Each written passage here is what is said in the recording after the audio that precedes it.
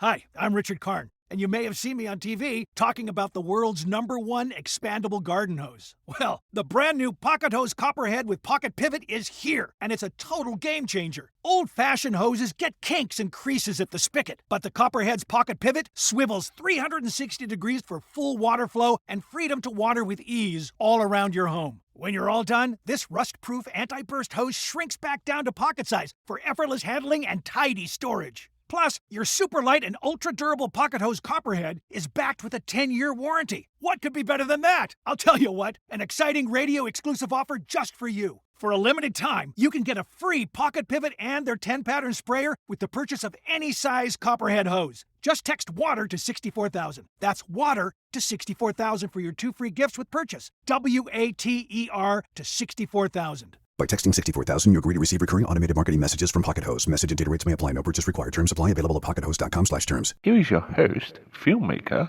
Meosha Bean. Hey guys, welcome to Creators today. Today we have a special guest. Halleta Alemu. Welcome to the show. Thank you for doing this. Thank you for having me. Yes. Exciting. Oh my God, yeah. I mean, when I first met you, we met some time ago. Yeah.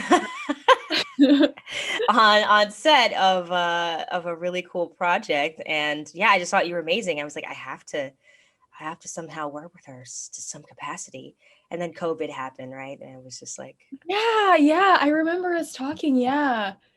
What a whirlwind. Now we have to be more creative about how we work together. Right. Yeah, exactly. So tell me, from the beginning, where are you from, and how was your childhood growing up? How was that? What was that like? Well, this is great because I feel like the whole pandemic I've just been reflecting. I love that. So I know my whole story so well now.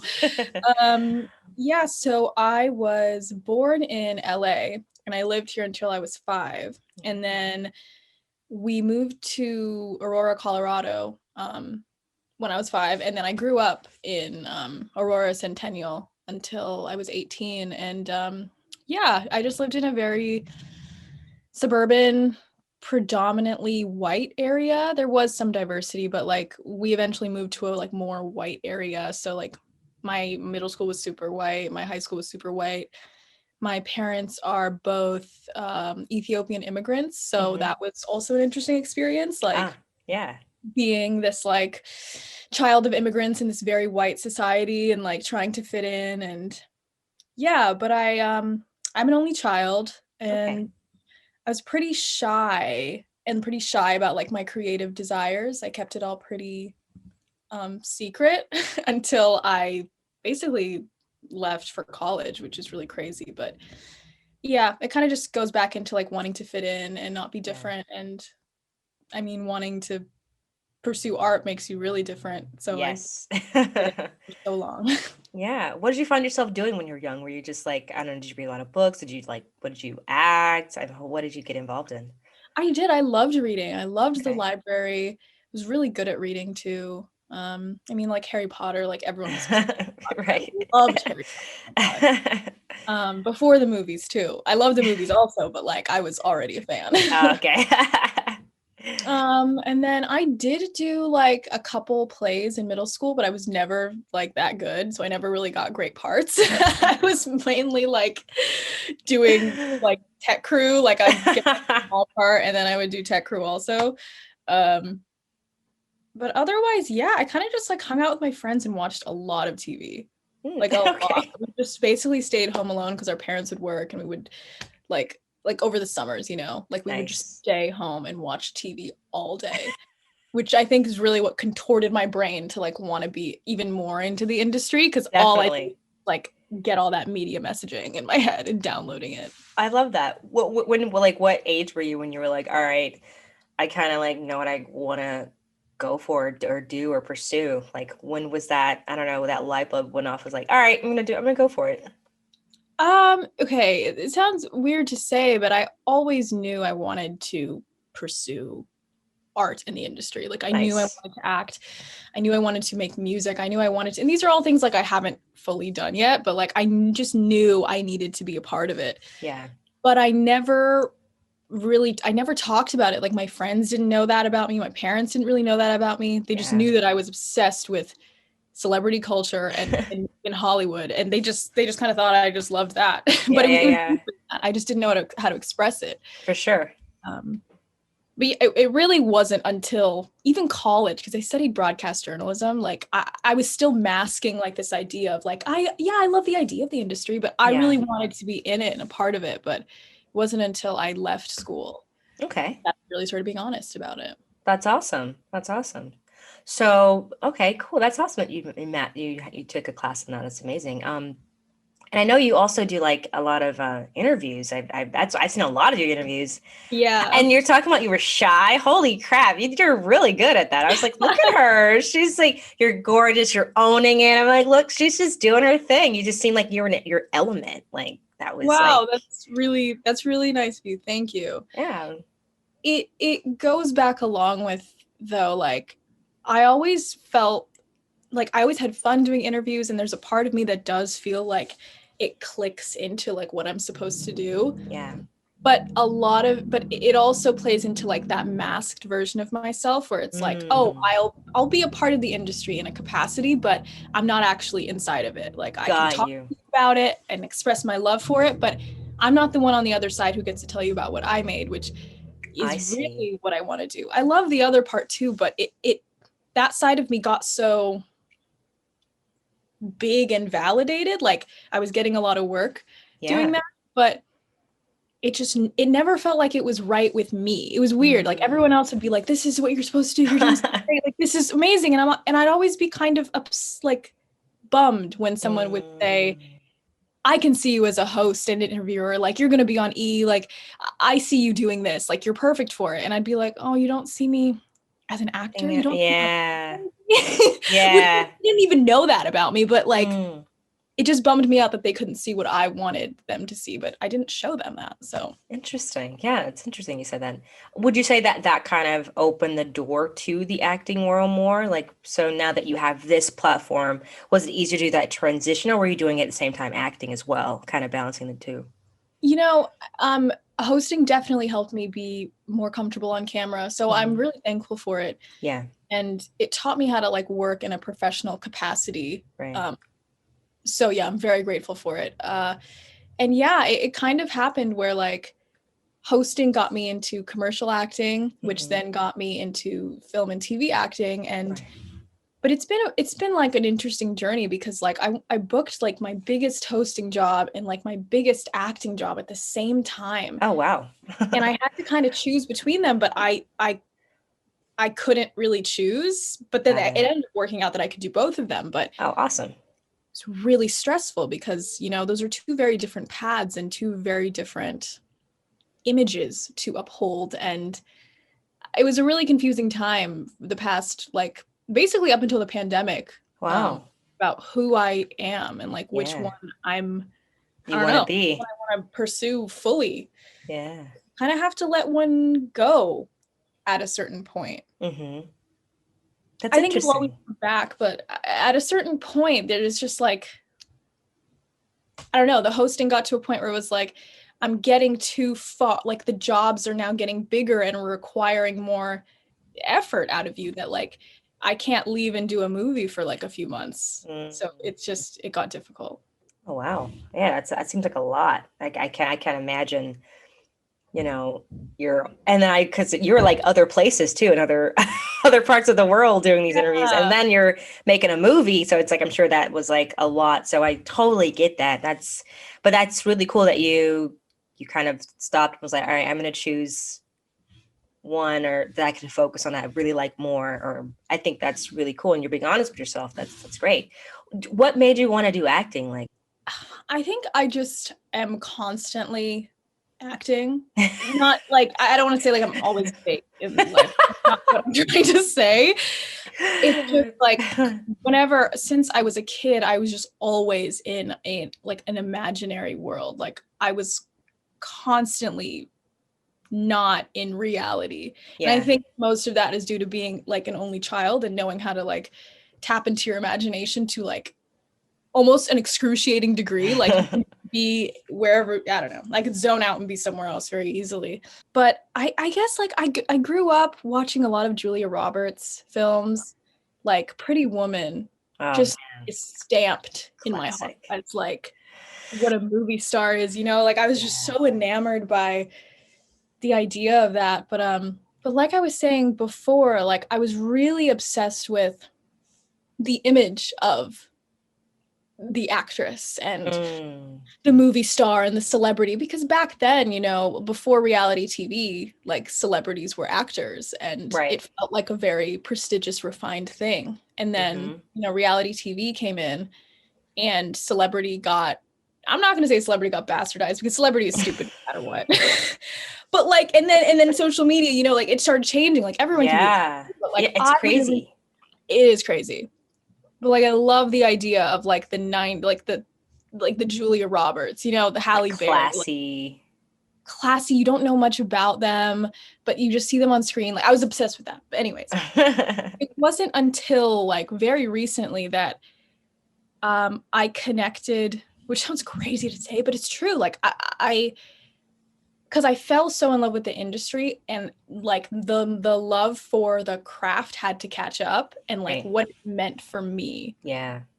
And my specific type of creativity and how that like fits in. Like it sounds very like abstract to say, but you know, you're in acting class, and when you think you want to be an actor and you're in class, and then they send you out on auditions, and like it all moved really fast for me before I could really have enough time to catch up with myself and be like, who am I? Like, who am I? What do I want to give to this world? Like, I was so obsessed with the validation of making it. Oh, that's deep. Then I'll figure out like what kind of artist I am. Yeah. But it worked that way. And I don't think it happened that way because I didn't even want it to happen that way. Like the deep soul version of me was like, no, you have to know what like lights you up, and then all that extra stuff can come. But it was really warped for me because of all the TV I watched, I think. Oh yeah, I mean it's definitely, I think society, I mean it does kind of play. I was talking to my mentor the other day about it. Like he was like, it's a lot of people go to, you know, Hollywood with this, I don't know, this vision that we kind of grow up seeing, like, oh, this is what it is, like glitz and glam, it's all this, and you get there and it's like, oh, it's like a different kind of world than what it's portrayed on the TV screen, you know? So it's like, what, like, you're right. Like, what is it that you want? What is it that I want to give when I'm in this industry? What am I trying to leave behind, kind of thing?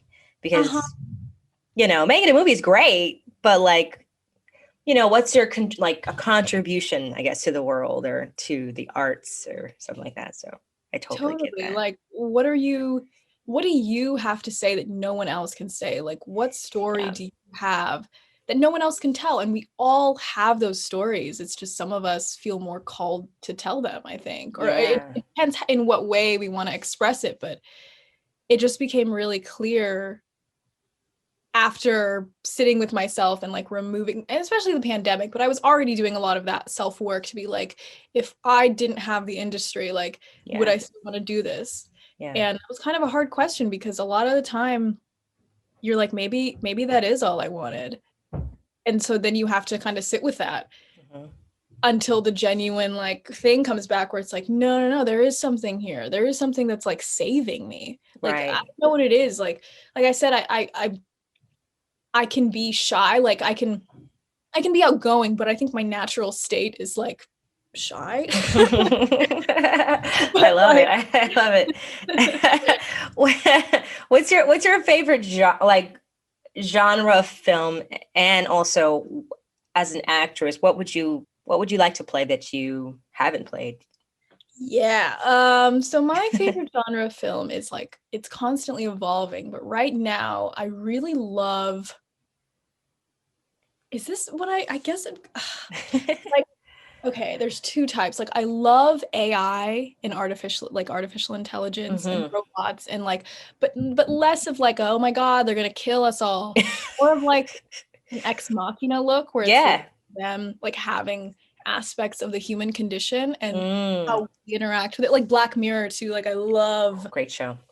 love looking at the future through a lens that is terrifying, but also like intensely human and real and just leaves you very unsettled. Yeah, I like that. But I also really love like psycho thriller, maybe not a psycho thriller. Yeah, psycho thriller, but with elements of dance or music that's heavily Ooh. involved. Like Black Swan is just Oh, great film. whew, Fantastic. that is what I would love to be cast in, like that kind of film. Like I Ooh. love that style of filmmaking. It's scary, but it's not like pop out scary, you know. Well, it is a little. It's endure. I don't know. Like I like the feeling it leaves me with. Yeah. That's Yeah. awesome. Cool. All right, I like that. Have you seen Suspiria? I think it's called Suspiria. No, that is on my list. Oh I'm my very God. excited. I see stills from it and I'm like, this is gonna change me. I can Oh, feel it. oh my God. Yes. It's beautiful. It's such a beautiful film, and it's so terrifying, but it's just like I said, the dance elements. It's freaking amazing movie. I loved it. Loved it. Yeah. The original and the remake is still okay. is great to me. But I think the remake was really like gorgeous, like, cinematography wise. It was just beautiful to watch. Yeah. I think you're gonna really enjoy it. I'm really excited. That's awesome. So okay, acting, and you said you also do music. Is that what I hear too? Oh my God, tell me about this. I didn't know about. I had no idea. I don't talk about it, and I don't even really. Okay, music is just my first love. Like that is. I love music to a degree that just. It doesn't even make sense. Like it's everything to me. I love it. And I always, when I was growing up, wanted to be a singer. Like I just loved making songs at home and singing, but like along with everything else creative, I repressed it and no one knew about it. And I never thought like, I mean, I liked hearing myself sing, but I was like, I don't think I have like, I don't know, like back then, like American Idol was super popular and like those voices were so amazing, like Jennifer Hudson and Carrie Underwood. Yeah. Like nowadays I feel like you don't have to have a very good, like a strong voice at all to make music, and I don't even like, I love listening to music with people with not bad voices, but like auto-tune or like manipulated voices. Like I don't care. I think there's more to the process. Exactly. Anyways, the music thing, like I don't really like, I mess around and like do things for fun, but I don't want to make it a part of my career quite yet because it's just so sacred and I love it too much. Okay. But eventually I'd love it to like weave in with my filmmaking and make films like that. That's cool. I got you. I'm here. Okay. I feel you.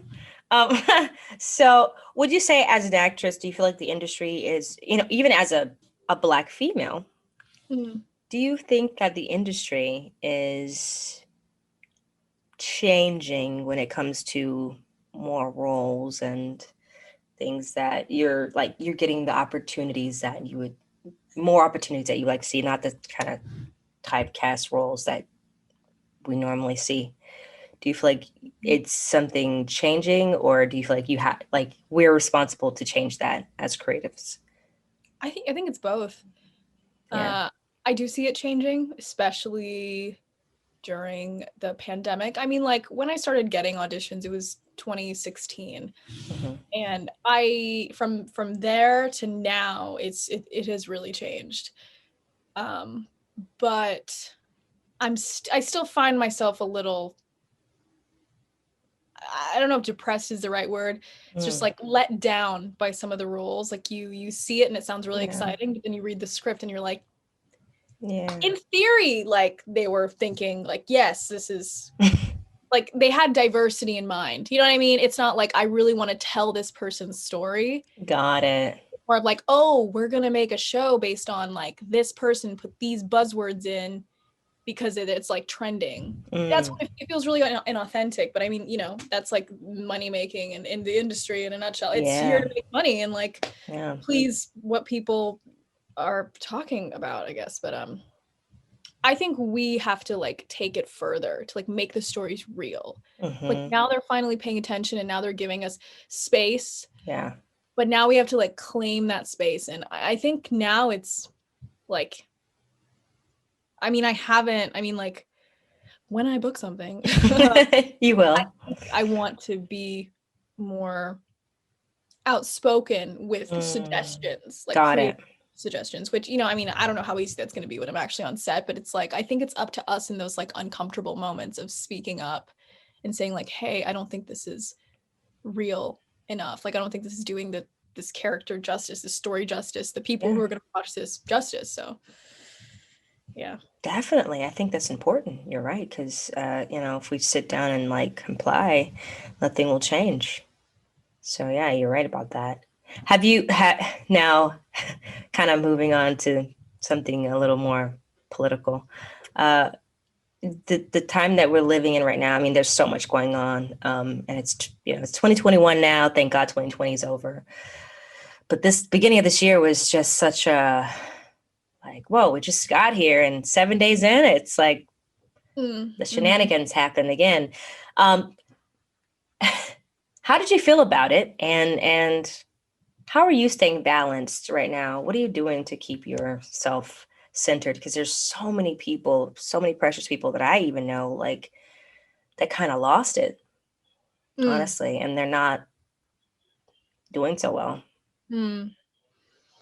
Yeah. I was like I was on a run. I just got like some really yummy like Chinese food, and I was like I was sitting like outside eating, and then I was like, oh, let me look at my phone, and I'm going on Twitter and I see all these like memes of people in the Capitol building, and I was like, these are really well edited memes. Like that's Right. crazy that they edited someone in Nancy Pelosi's office. I just was like, wow, these are hilarious. Why is everybody doing this? So I like keep scrolling, and then I get to like the actual news, and I'm like, what? This is real? This is a real thing that happened?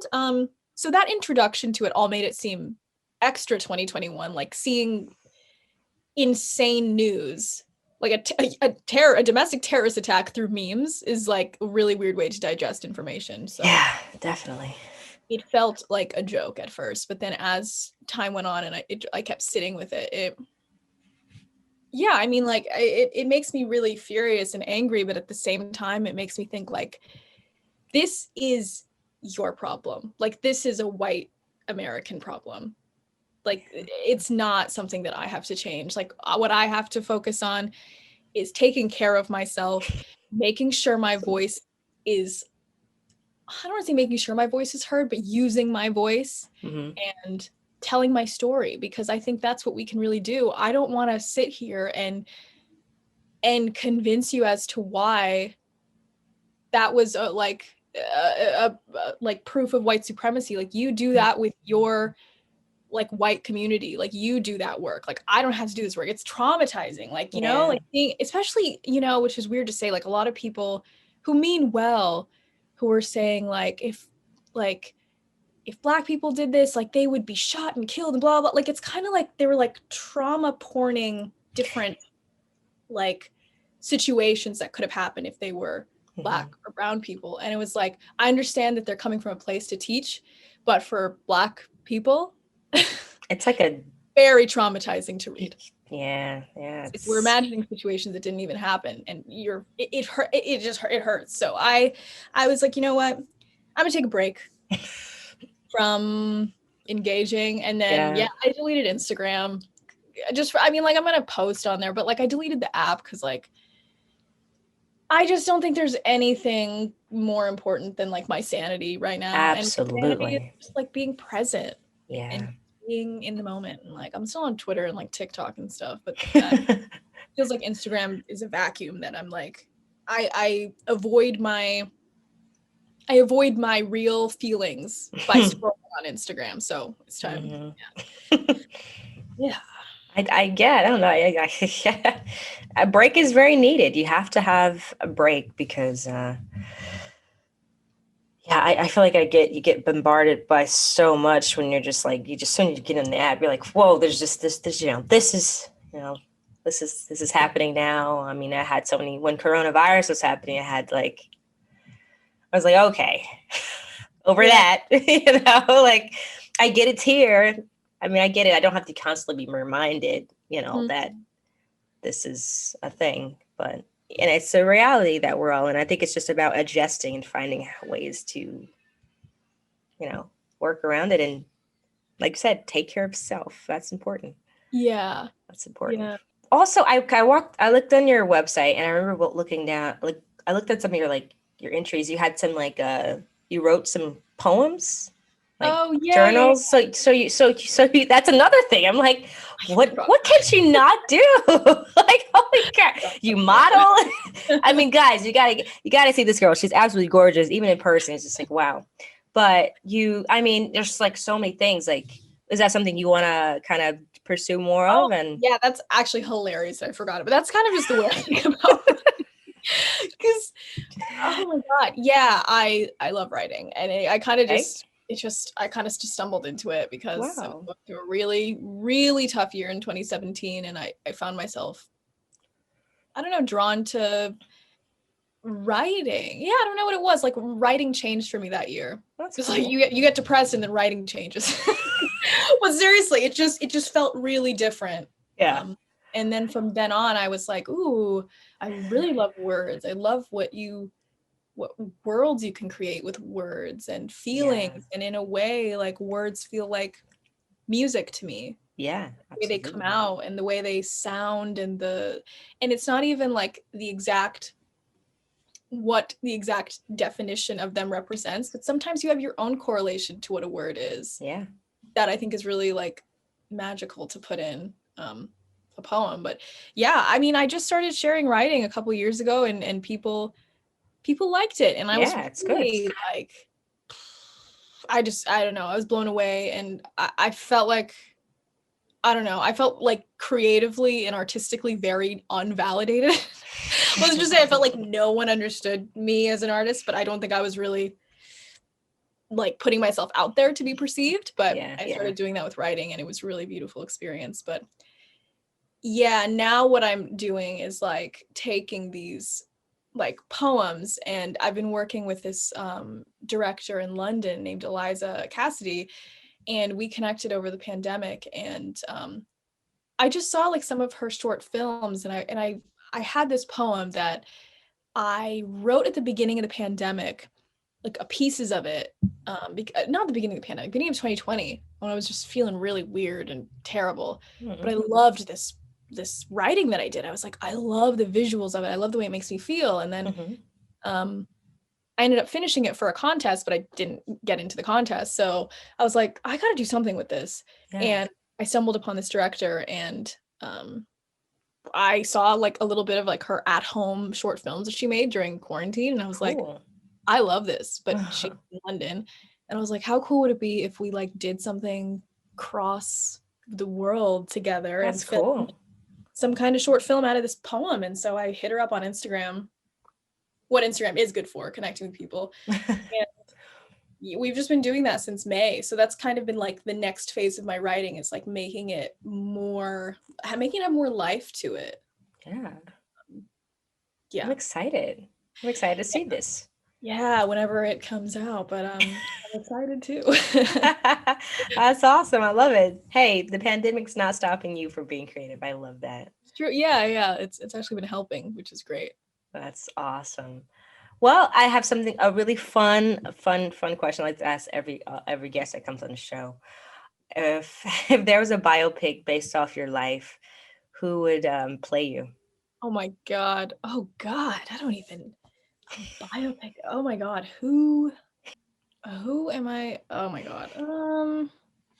You know what? This is who came into my mind, and I'm just gonna stick with it. Zoe Kravitz. I know I love it. But I would love she's so cool. Like, she's so cool. I would love to see what her coolness does to all the events in my life. I love that. Hey, I love Zoe. She's great. I love it. That's a great answer. Great answer. Well, thank you so much for coming on. Are you there's anything that you want to share, like you're working on, that you want to kind of talk about a little bit? And where can people find you on the social media? The thing with writing that I forgot to mention is I started a Substack email newsletter. So it's not like newsletter is really not the right word, but that's like the format of it. But I'm going to share my writing, like poetry and like playlists, because I love making playlists too. Fun. And other, like I was sharing my writing on my website before, but I didn't really love the format. So you can subscribe to that on halleta.substack.com, and Halleta is Halleta. And all my social medias are just at Halleta too. So yeah, that's Awesome. behind me. Awesome. Well, thank you so much for coming on. It was a pleasure talking to you. You too. So it was nice. It was nice not sitting in my room alone. I love it. Thank you so much again. And guys, always remember to live, love, laugh. Bye, everybody.